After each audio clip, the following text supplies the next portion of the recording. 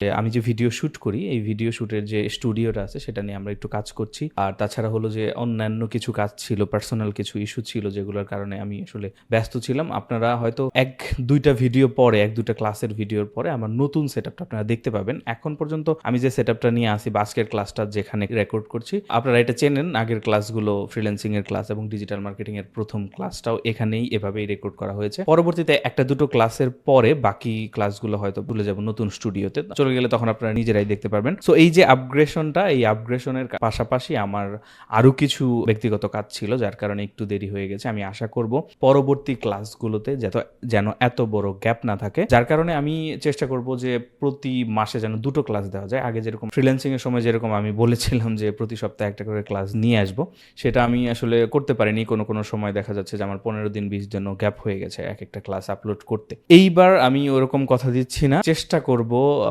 মাসে ২টো ক্লাস দেওয়ার জন্য। সেটার মধ্যে গ্যাপ ১৫ দিনও হতে পারে, কোনো সময় ২০ দিন হতে পারে, কোনো সময় ১০ দিনও হতে পারে। কিন্তু প্রতি মাসে আমি ২টো নতুন ক্লাস নিয়ে আসার চেষ্টা করব। ডিজিটাল মার্কেটিং এর পরে আপনারা গ্রাফিক ডিজাইন পাবেন। গ্রাফিক ডিজাইন কোর্সেও আমি সেটাই চেষ্টা করব যেন প্রতি মাসে ২টো করে ক্লাস আপনাদের সামনে নিয়ে আসতে পারি।